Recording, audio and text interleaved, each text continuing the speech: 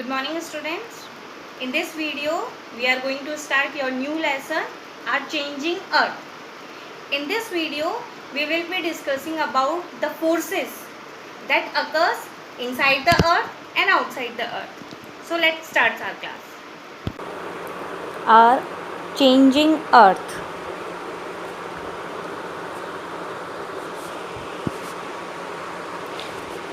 So in this chapter we will be understanding how the change in the earth and outside the earth takes place. Okay, in the earlier chapter, in the interior of the earth you have discussed about the layers of the earth, about the different layers of the earth.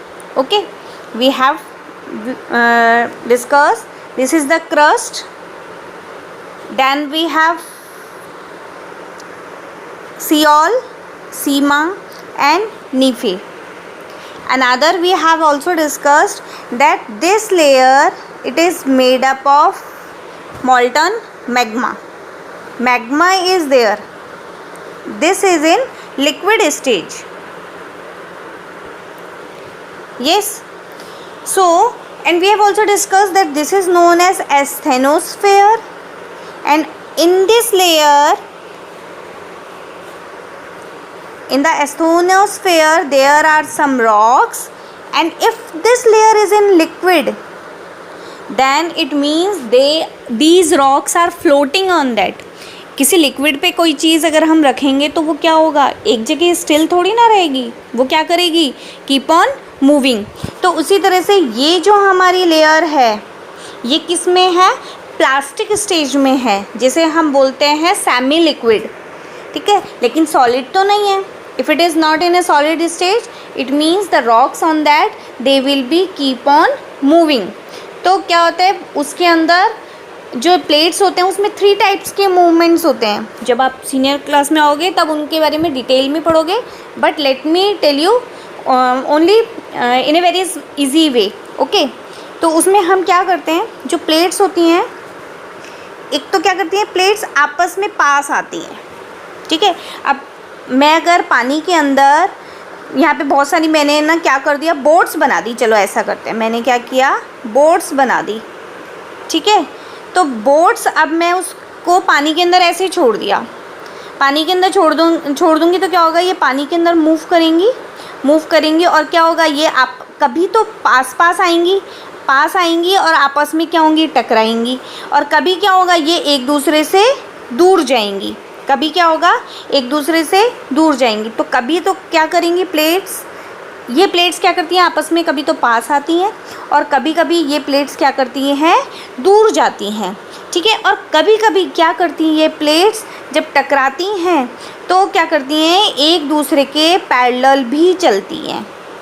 ठीक है, यानी कि आपस में रगड़ ऐसे खाती. ठीक है, they keep on moving just parallel, in A parallel way. Clear. आप लोग कई बार क्या होता है, हल्का सा अर्थक्वेक आता है. ठीक है, तो क्या होता है, वो प्लेट्स आपस में ज़ोर से नहीं टकराती हैं, ये इंटरनल फोर्सेस होते हैं. अभी इनके बारे में हम लोग डिस्कस करेंगे. तो ये प्लेट्स क्या करती हैं, धीरे से एक दूसरे से भिड़ती हैं. ठीक है, या फिर पैरेलल चलती हैं, तो हल्का हल्का सा क्या आता है, हमको अर्थक्वेक फील होता है. क्लियर. तो अभी मैंने आपको क्या बताया कि जो अर्थ की जो डिफरेंट लेयर्स हैं, ऊपर क्रस्ट है. ठीक है, और ये जो लेयर है ये किस में, मैग्मा है, जो कि लिक्विड प्लास्टिक स्टेज में है. इसको बोलेंगे हम एस्थोनोस्फेयर. और इसके ऊपर ही प्लेट्स हैं जो कि क्या कर रही हैं, फ्लोट कर रही हैं, तैर रही हैं उसके ऊपर. ओके, और जो नीचे वाली जो लेयर है वो कैसी है, वो एक सॉलिड स्टेज में है. क्यों, क्योंकि उसमें डेंसिटी, उसका प्रेशर, उसका टेम्परेचर बहुत ज़्यादा है, इसलिए ये क्या है, सॉलिड है. और ये कैसा है, लिक्विड स्टेज में है. ठीक है, अब देखो यहाँ पे एक एक्सपेरिमेंट दिया हुआ है और उस एक्सपेरिमेंट से हमें समझ में आएगा कि ये प्लेट्स किस तरह से काम करती हैं. ठीक है, अब see now what this experiment says, take small coloured paper pellet. ठीक है, एक छोटा सा कागज़ का टुकड़ा लीजिए आप, and put it in a beaker. एक बर्तन के अंदर आप उस कागज़ को डाल दो, हाफ फिल्ड विद वाटर, और उस बर्तन में, उस बीकर के अंदर क्या है, आपका आधा पानी भरा हुआ है, ठीक है। Place the beaker on the tripod stand. Tripod stand होता है जिसमें तीन क्या होते हैं, तीन स्टैंड होते हैं, ठीक है। किसी किसी के घर पे भी ये मटका रखने के भी काम आता है ट्राइपॉड स्टैंड, ठीक है। तो ये ट्राइपॉड स्टैंड के ऊपर उसको रखा हुआ है और नीचे से उसको क्या किया हुआ है, हीट दे रहे हैं, यानी कि उसको गर्म कर रहे हैं। अब आप धीरे धीरे देखोगे, आप सब लोग इस एक्सपेरिमेंट को अपना खुद से ट्राई करेंगे, क्लियर। नाउ अब आप now what it is saying, as the water warms up you will observe that the paper pellet is moving upward along with the warm layers of the water and then sinks back along with the cooler layers of water.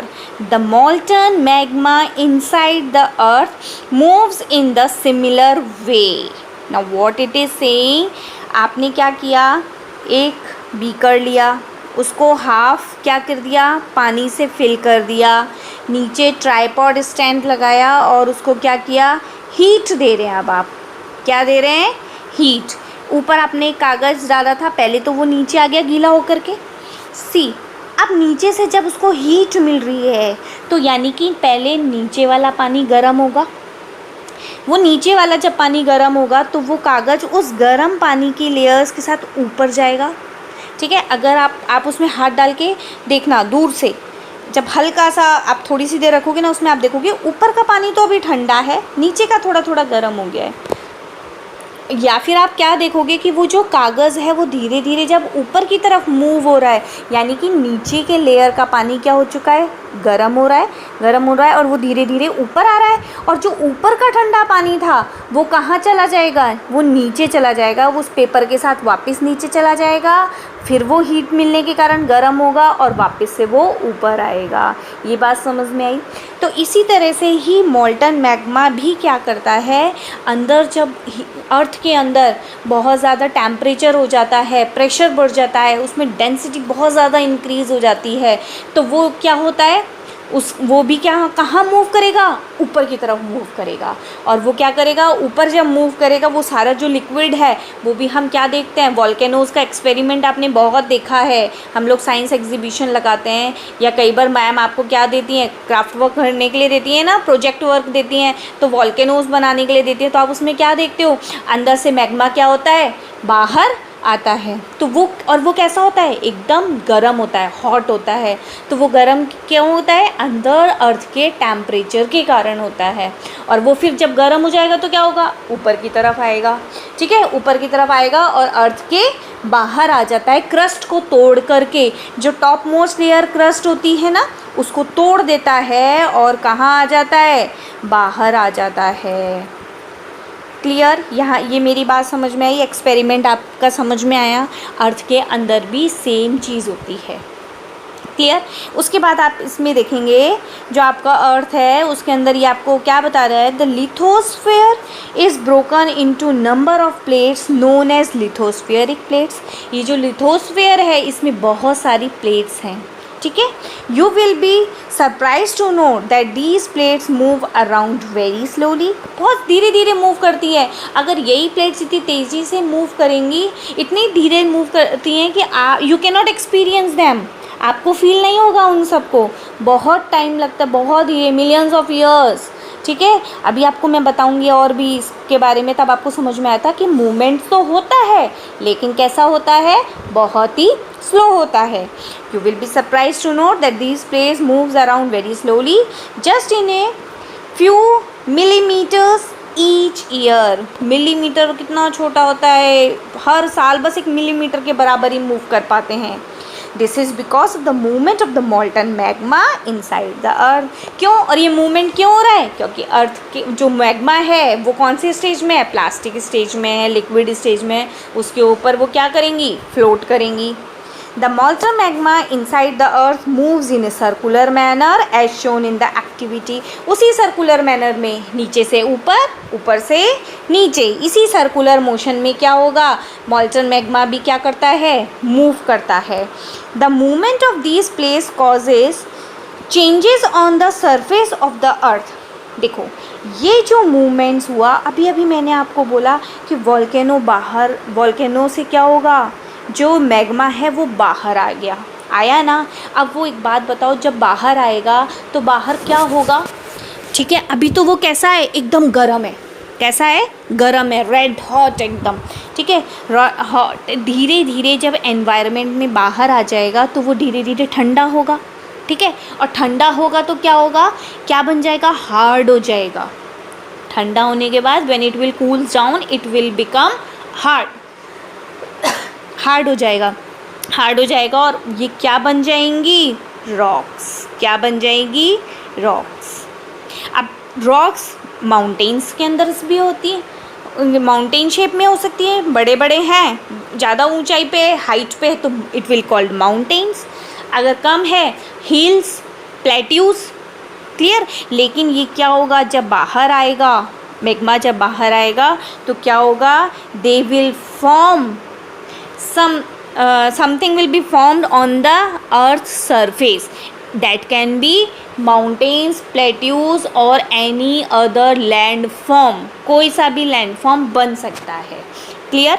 तो what it is saying, the movement of these plate causes changes on the surface of the earth। movement तो plate का कहाँ हो रहा है, अर्थ के अंदर, लेकिन चेंजेस कहाँ मिलेंगे हमको, सरफेस ऑफ द अर्थ। बात समझ में आई, अंदर का मैग्मा बाहर आ रहा है, बाहर कहाँ आ रहा है, अर्थ के सरफेस पे आ रहा है, तो चेंजेस भी कहाँ होंगे, अर्थ के सरफेस पे ही होंगे। The earth movements are divided on the basis of the forces which causes them. अब ये जो मूवमेंट है उसको हमने डिवाइड किया है कि किस तरह के फोर्सेस काम कर रहे हैं।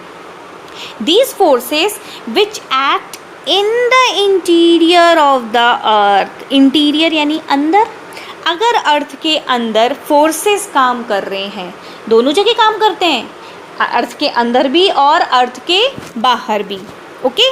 तो अर्थ के अंदर जो फोर्सेस काम कर रहे हैं they are called endogenetic force, ठीक है। एंडो यानी अंदर, अंदर के फोर्सेस, अर्थ के अंदर।